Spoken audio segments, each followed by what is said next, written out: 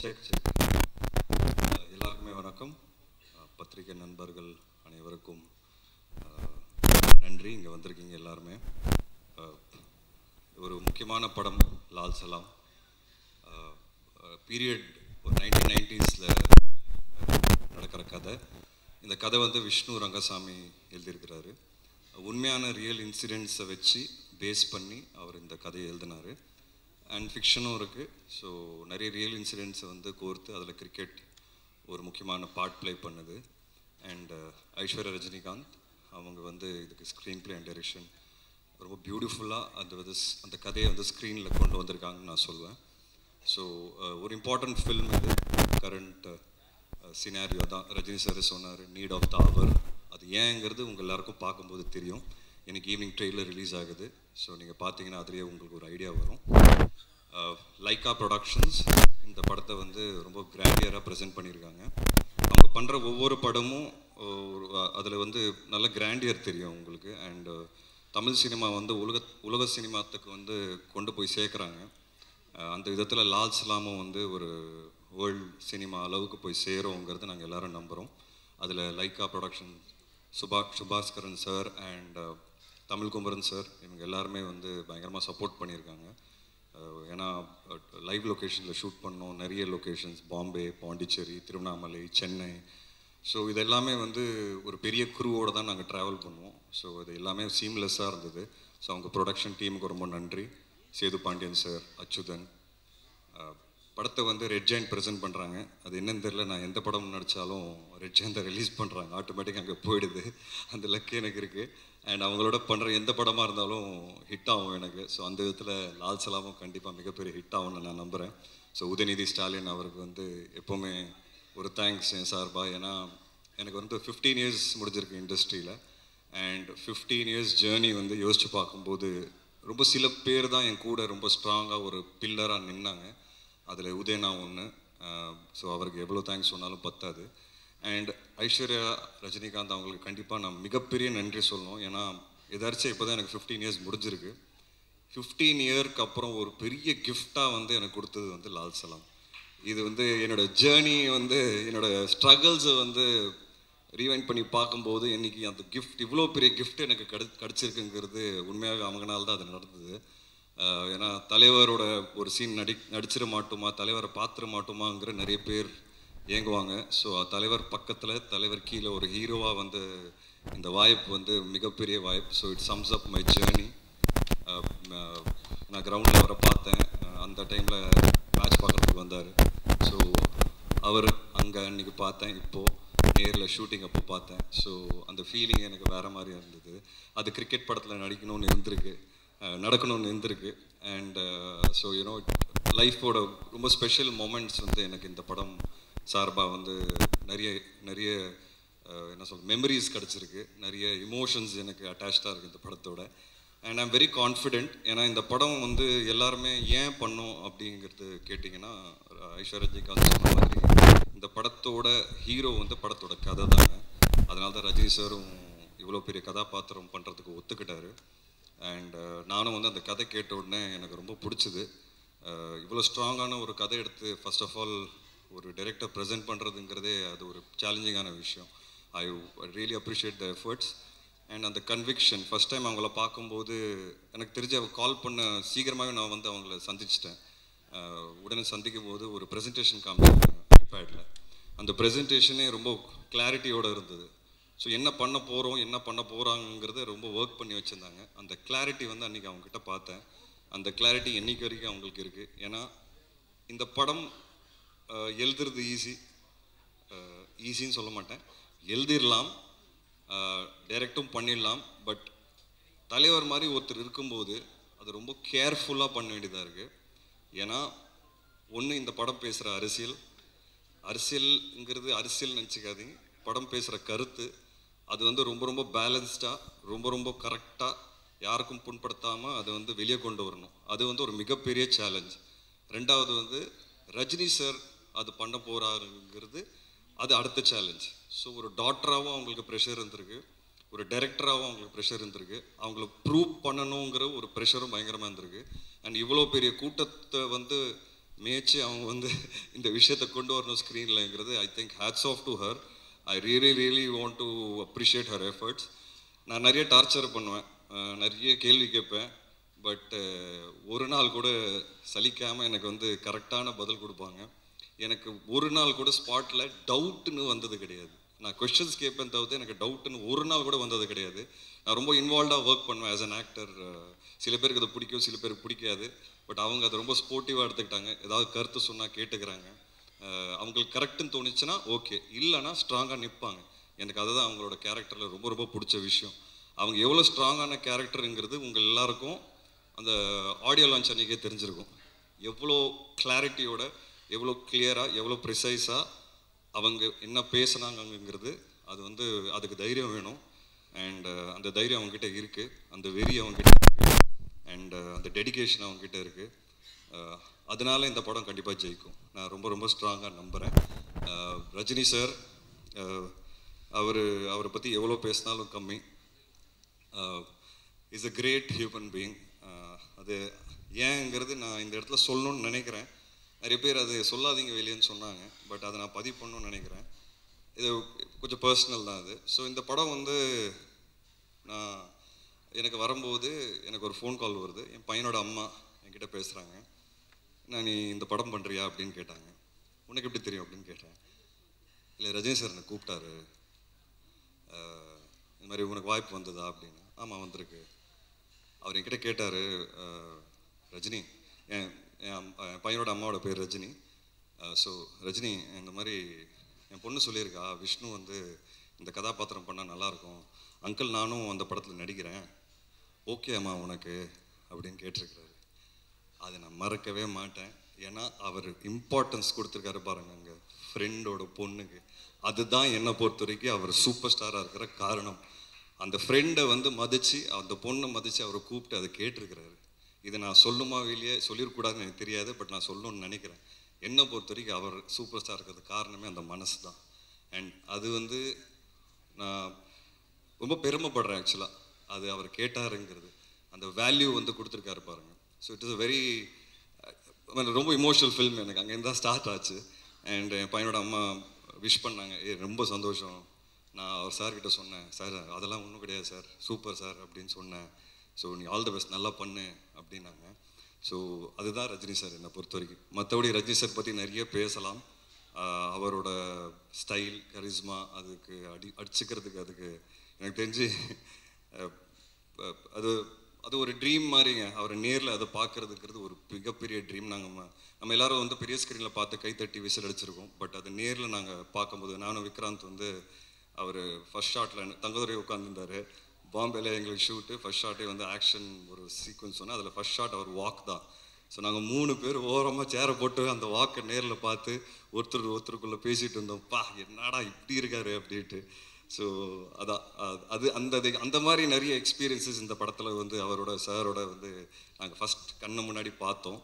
And விஷ்ணுனாலே நல்ல கதை, விஷ்ணுனாலே படம் ஹிட் ஆகும், விஷ்ணு நல்ல கதை ஆட்டோமேட்டிக்காக விஷ்ணு தேடி வரும், அதுதான் உன் அடையாளம் அப்படின்னு சொல்லி ஒரு கான்வர்சேஷனில் என்கிட்ட சொன்னார்.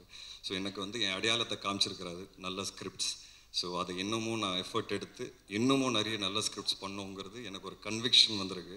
இவ்வளோ பெரிய சூப்பர் ஸ்டார் அதை அக்னாலேஜ் பண்ணும்போது நம்மளோட கான்ஃபிடென்ஸே வேறு லெவலுக்கு போகும். அது அவருக்கு பண்ணணுன்னு அவசியமே கிடையாது. அதுதான் அவரோட மனசு. அந்த மனசுக்கு தான் அவர் இந்த இடத்துல நிற்கிறாரு. அண்ட் படத்தில் நிறைய ஆக்டர்ஸ் இருக்கிறாங்க, எல்லாருமே எனக்கு ரொம்ப ஃபேவரட். முக்கியமாக செந்தில் சாரோட ஃபஸ்ட் டைம் காம்பினேஷன்.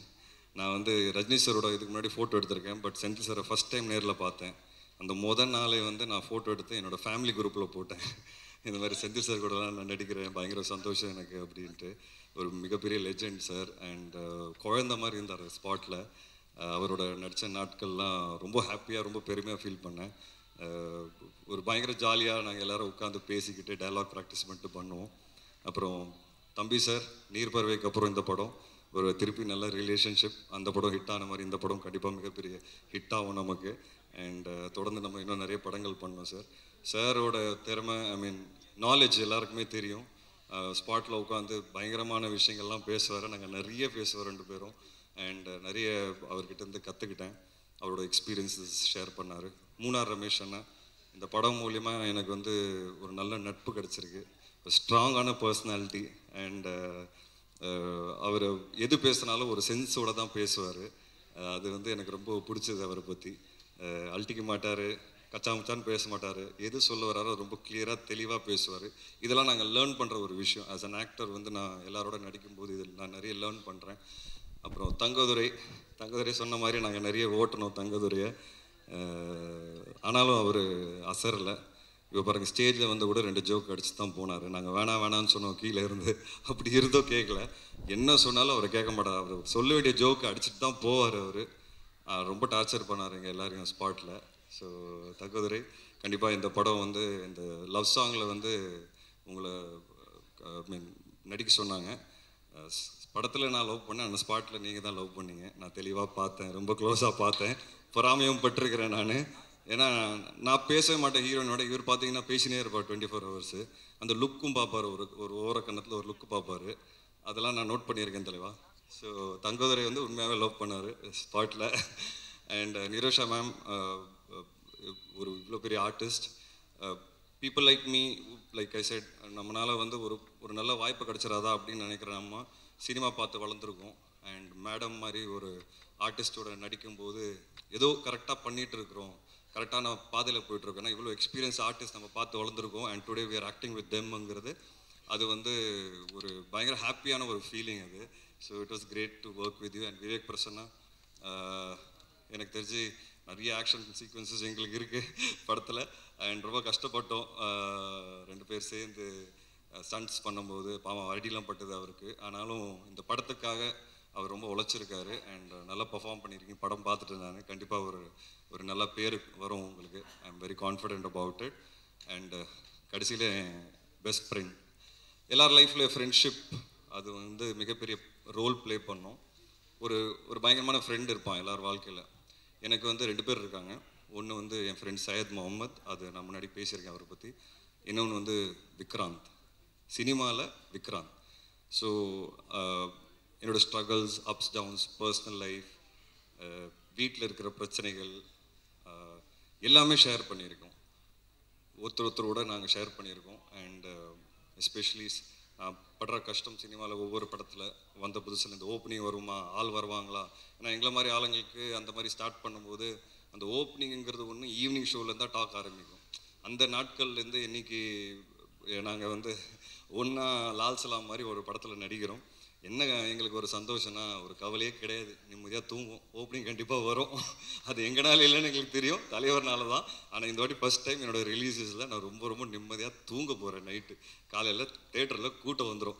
வந்து படம் பார்த்தாங்கன்னா இதை கண்டிப்பாக ஹிட் ஆகுங்கிறது எனக்கு ஒரு பெரிய நம்பிக்கை இருக்குது. ஏன்னா படத்தோட கண்டென்ட் அப்படி இருக்கும். ஸோ இந்த ஒரு நம்பிக்கையோடு தான் நாங்கள் இருக்கிறோம்.